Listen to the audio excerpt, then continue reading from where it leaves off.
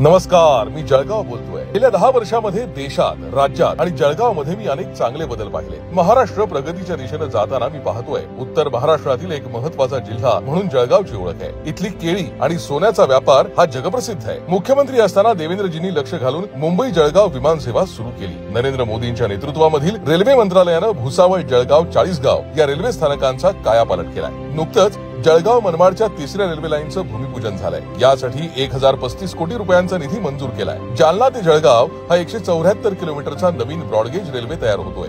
जळगाव मधील वाघूर, हतनूर, वरणगाव आणि शेळगाव बॅरेज सिंचन प्रकल्पांसाठी देवेंद्रजींनी 4,500 कोटी रुपये मंजूर केले। याचा लाखो शेतकऱ्यांना फायदा होणार आहे। जळगाव मधील नागरिकांना चांगले उपचार मिळावेत यासाठी शासकीय एकात्मिक वैद्यकीय शैक्षणिक संकुल सुरू होत आहे। देवेंद्रजींनी 1250 कोटी 60 लाख रुपयांची तरतूद केली आहे। चिखली ते तरसोद या महामार्गाच्या चौपदरीकरणामुळे गुजरात, महाराष्ट्र, छत्तीसगड, ओडिशामध्ये कनेक्टिव्हिटी वाढली आहे। मुक्ताईनगर ते शहापूर बायपास महामार्गाचं 784 कोटी रुपये खर्चून चौपदरीकरण करण्यात आलंय। त्यामुळे दळणवळणाच्या सोयी वाढल्या आहेत। जळगाव मध्ये central institute of plastic engineering and technology सुरू होत आहे। प्लास्टिक पार्क उभारण्यास मंजुरी मिळाली आहे। जळगाव मध्ये टेक्सटाईल पार्क सुरू करण्याचा निर्णय देवेंद्रजींनी घेतलाय। जळगाव शहर आणि परिसराचा चेहरा बदलतोय। या बदलाचा प्रत्यक्ष साक्षीदार होण्याचा सन्मान मला मिळाला तो देशाचे पंतप्रधान नरेंद्र मोदी आणि महायुती सरकारमुळे।